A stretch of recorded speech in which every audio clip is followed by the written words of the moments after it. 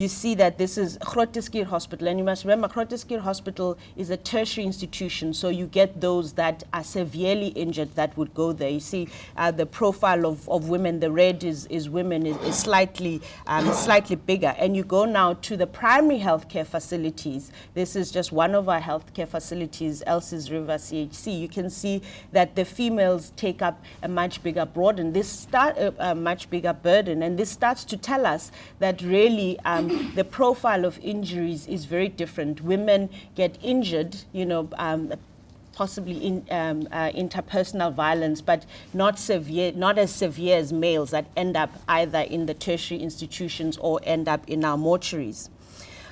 So what we've done is that in addition to the mortality surveillance system, we've just recently started a morbidity surveillance system focusing in some of these high-risk areas. And what we do, we go into our trauma units twice a year, and we look at the profile in our units. And some of the key findings that we found is that alcohol is indeed a risk factor. It accounts for about half of the burden in males and about a quarter in road traffic injuries. It accounts for about a third of the burden in women for violence, and 1 in 5 road traffic injuries. Intimate partner violence in particular, and sexual assaults remains a major issue, particularly for women and for children also. And we're seeing cases of boys aged 5 to 9 years old presenting to our facilities. And because we are able with this to identify where the people were injured, we are able to also identify at a much lower level of geographic disaggregation where this violence is happening, and of course then allows us to be able to intervene. So good information allows us to advocate for targeted action. But what action should be taken? And I think, as Michael alluded to, what we are advocating for is that whatever action we should be doing should be evidence-based. The Injury Prevention Working Group is one of the working groups that we have within government, which really is a collective of multiple stakeholders that come to sit down and speak about how we could best intervene. And the Injury Working Group has a wide range of partners. And as I've shown you that alcohol is a key risk factor, we feel that it's an area that we should be focusing on. And as a result, as a government, we have now the Western Cape Liquor Act, and the Injury Prevention Working Group has worked quite closely in the development of such. The selected high areas intervention, we had selected Khayelitsha Nyanga, Elsies River, Hout Bay, and one other. The fifth one needs to be a rural site, and we're still working on that. But early on, we realized we actually do not have the capacity to do justice to all of these areas. And we have now focused on Khayelitsha and Nyanga. And it's around surveillance, and I've spoken about what we do in our trauma units, but also understanding what is happening in these areas and what the gaps are. And we realized that we needed to have some kind of policy, and Michael has alluded to the violence prevention policy. And we needed to find out exactly what is practice. What is it that actually has effect on injuries in our province? So we are lucky that we received funding from the IDRC for over a 3-year period to assist us in actually having some kind of evaluations of safety interventions in Khayelitsha and Nyanga to try and actually identify and build some models of good practice. And we'll have a wide range of partners in this, including the VPUU. What these projects do is that the first one is looking at the impact of urban upgrading on violence prevention. Yeah, sure. Okay, I won't do, and the second one is actually looking at the impact of the Western Cape Liquor Act on violence prevention to try and see that you know, I think sometimes as government, we get rid of our policies before we give them a chance to actually work. So in addition to actually looking at effectiveness, we also want to look at coverage, because there's no point in saying a policy is not working if indeed we did not implement it properly, and we did not make sure that, in terms of the Liquor Act in particular, that enforcement was not done adequately. So we're looking at that. We also understand that it's not just only about legislation, but we also need to curb demand. And so one of the things that we've done, we've created a mini-series called Boozer TV, which tries to challenge the norms in South Africa around how we drink and our alcohol misuse. As I said, as the health sector, we do understand that we also have a responsibility. And some of the things that we are doing, and Catherine, I see, is on the program to speak about the Strive project that we did in Khayelitsha and Mitchell's Plain, which is really around a teachable moment to say if somebody comes into that trauma unit, they have recently had some kind of injury, there is an opportunity there for us to provide them with some kind of intervention. And we've had some good results, and we think this is feasible, and we're working on it, and I think Catherine will speak to it a bit more.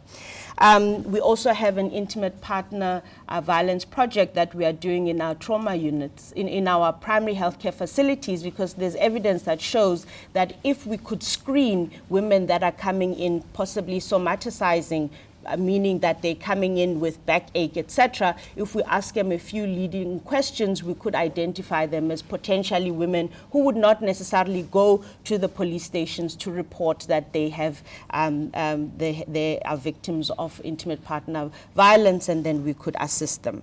In closing, I think you'll agree that we do require a short-term and some kind of long-term approaches to the prevention of violence.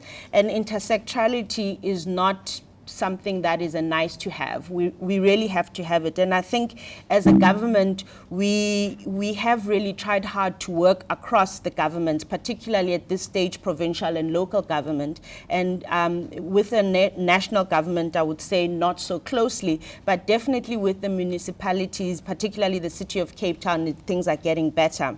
And we have these cross-cutting strategies called strategic objectives that Michael alluded to.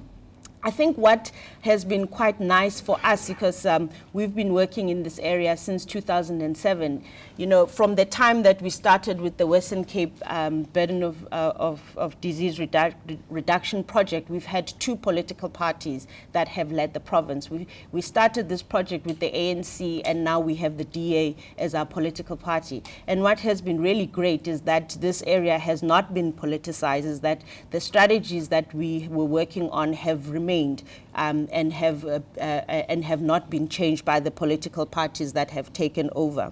And I think our M&E capacity is getting stronger. We are institutionalizing it, and so that we are better able to identify where we need to intervene. Our ties with our academic partners and research organizations are getting better. We now have some kind of framework around which we work.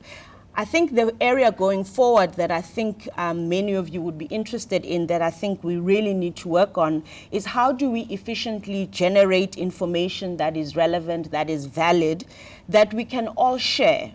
That there could be some kind of way in which we could have some kind of observatory where we could all contribute to this observatory, where we would have some kind of rules of engagement, and we would all know how best to use this information that can be shared by communities, by NGO partners, by government, etc. And I think that is something that we're thinking about very, very seriously, and we're using the Khayelitsha and the Nyanga project to see how we can best do that. And I think next time you have this, hopefully we will have more to share about that. Thank you.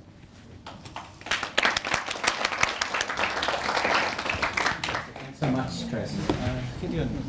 Morning, ladies and gentlemen. Maybe just a word of apology if I seem overexcited about what we're doing. It is, of course, because we've been pregnant with many of these ideas for a long time. So, we've already heard much being said about increasing safety and the whole of society concept. I'm going to take you through a very brief journey on the main policies and then the progress that we've made thus far. There's presentation on the screen now is just a pathway to our learning, going from left to right. In 2009, 2010, the provincial government adopted 12 new strategic objectives, of which strategic objective 5 was to increase safety. We immediately partnered up with the Center of Criminology, and I see many of the guilty parties here this morning, to help us to develop the model, the University of Cape Town Center of Criminology. And so if anything is wrong, blame them. If anything works, please give us the credits. But what they did, they then looked at a number of projects, and they did what they call deep dive research. Professor Cartwright, Kathy and Gail can all speak to this if need be. But from that, they then designed, we were anticipated best practices. That's the way that government normally works. But instead of best practices, they came with a new concept, to us at least, and that was called design principles or best principles. And they said to us, when you look at your current projects or your future projects, use these principles as a lens through which you look at your projects when you construct ongoing. And those best principles, at a serious risk of oversimplification, was really about focus on fixing the future, the whole of society approach that I'll speak a bit more. Don't see your safety budget as a law enforcement budget only, but consider alternatives, and then focus on the removing of the opportunities for crime. At the same time, also, they guided us in terms of the time frame, which again, I think, as Tracey said, was very unique to this province or to this project, that it went actually across the political term. And there you'll see we started with a pre-design, a design, a pilot year, learning and roll out, and we hope for full implementation, funny enough, at the end of a political term, which is quite different from the norm. So with the development since then, of course, the National Development Plan, which is now the policy at national level that's really guiding us. There I've just made an extract of the specification or the specific recommendations as they relate to building safer communities.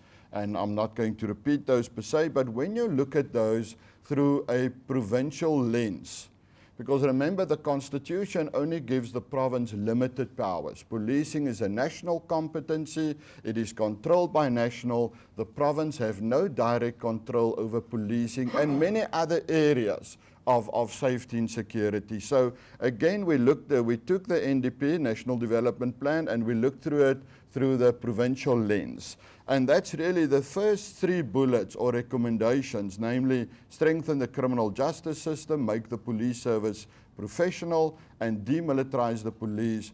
Our involvement there is only limited to our constitutional oversight responsibilities.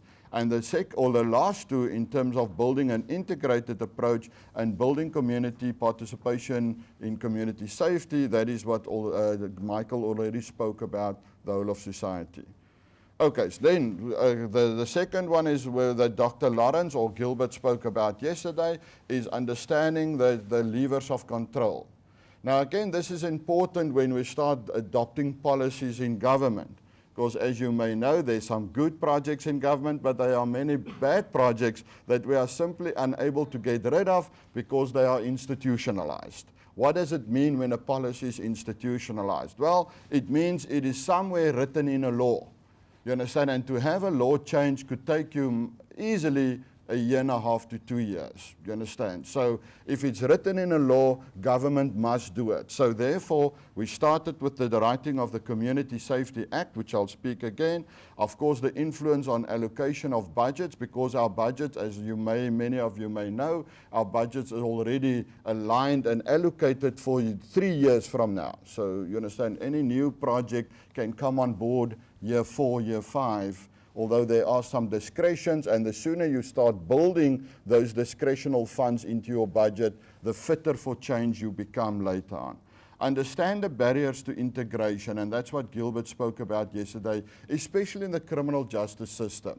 We're not talking about cooperation. Of course, cooperation will achieve increased efficiency, but we're talking about integration at the structural level. Well, the barriers to that is, for instance, the Constitution. The Constitution is very clear that the judges and the police should work separately. Judge Hannes Fagan, let's say, spoke about overcrowding of unsentenced prisoners, and he blamed it on the unholy alliance between prosecutors and police. Because once they agree on unaffordable bail or they start using that system, that is an unholy alliance. So integration is important, but you need to do it very carefully, especially at the structural level, not to interfere in the field of professionalism of the different entities. Alignment with the Public Finance Management Act and operational challenges, and that's specifically how do we address the organizational memory. Now, government, we write the policies, but the organizations, especially the size of police and criminal justice system, they tend to run on memory. You know, it takes you. How do you disrupt that? How do you change the organizational memory? Now, on the Community Safety Act, which I would just like to spend a bit of more time, a lot of publicity has already been about the Act and the oversight and the Premier challenging National Department and the Constitutional Court ruling recently, which affirmed the powers of the province to do oversight. But the Community Safety Act has actually, if we can speak, the DNA of it is around three main policy issues. The first one is in integrated safety information. Now, this is not crime intelligence. It's not to activate rapid response, or we saw a number of heat maps of crime and what's happening. This is not meant to be crime intelligence. Why not? Well, crime intelligence in terms of the Constitution falls outside the mandate of the province. So what we are doing now, if you look at Section 206(1) of the Constitution, that says the province must determine its needs, its safety needs, and then the national government must respond to those needs through policies, budgets, and so on.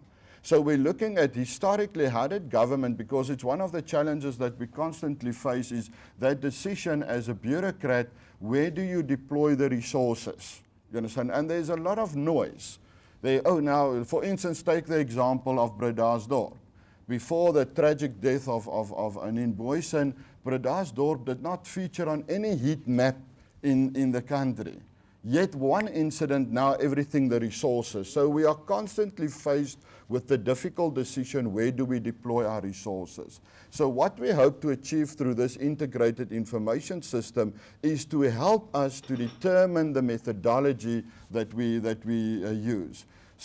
We've already used the mortuary data, again, thanks to health and the pioneering work that they're doing on collecting this kind of information. We use the mortuary data to profile the detail of the murder victim. We have now gone to the prisons and we've spoken to all those that are convicted of murder, so we've profiled the perpetrator. And kind of, you know, in many of these cases, I will be as bold as say 60% of the cases, it's whoever got the fatal stab in first. You know, the difference between your perpetrator and the victim is so close that it's very difficult to use it. We've given out 400 disposable cameras to neighborhood watch members, community police, and we said to them, go and take pictures about what makes you unsafe. And if time permit, I'll show you some of it. But again, you understand, it's very informative in terms of few of those had anything to do with policing.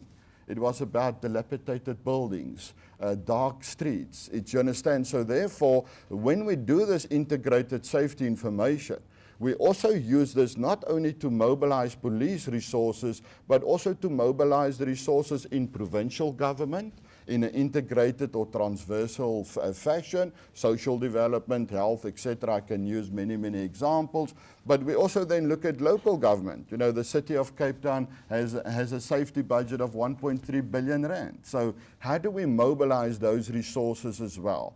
The second structure of the DNA of the Act is really about promoting professional policing through effective oversight.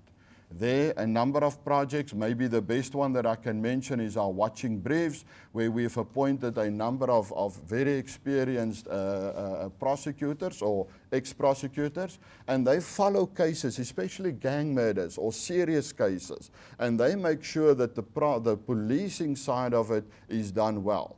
Example, Hangberg.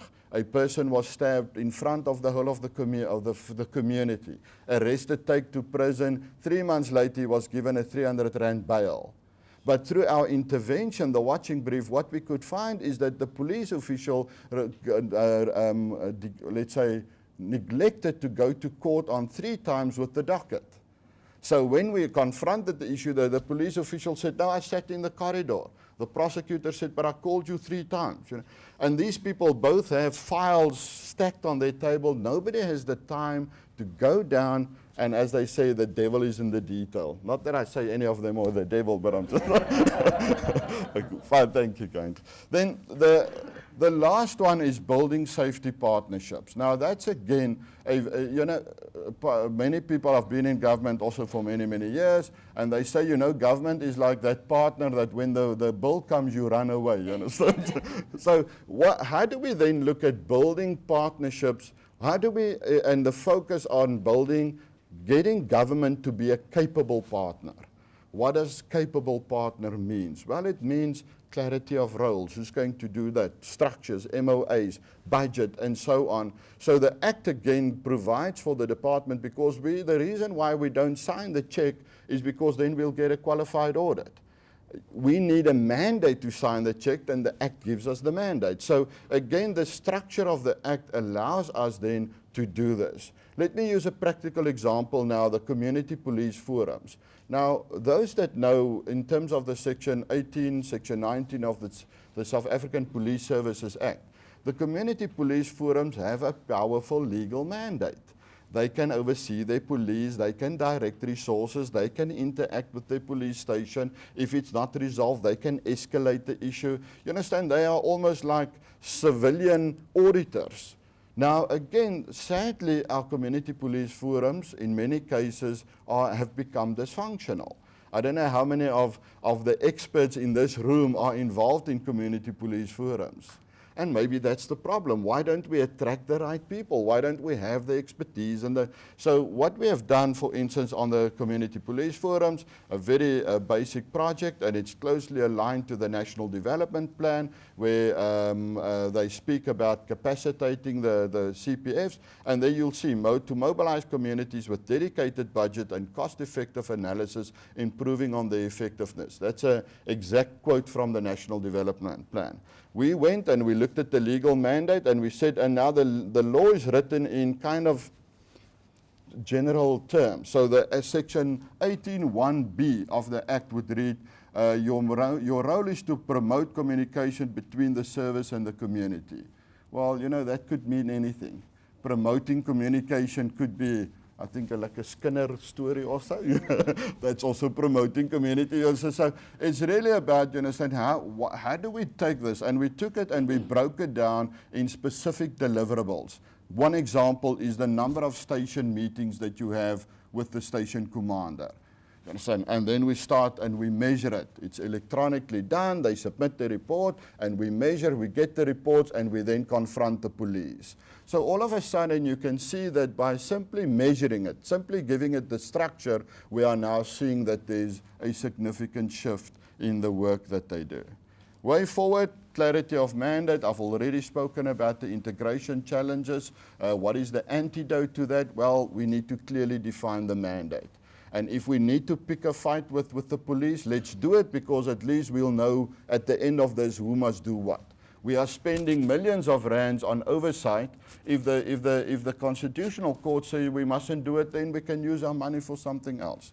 Clarity, drafting the regulations, that will be done in a transversal manner. We will definitely include experts in terms of not writing up organizational memory, but actually having the opportunity to relook at it.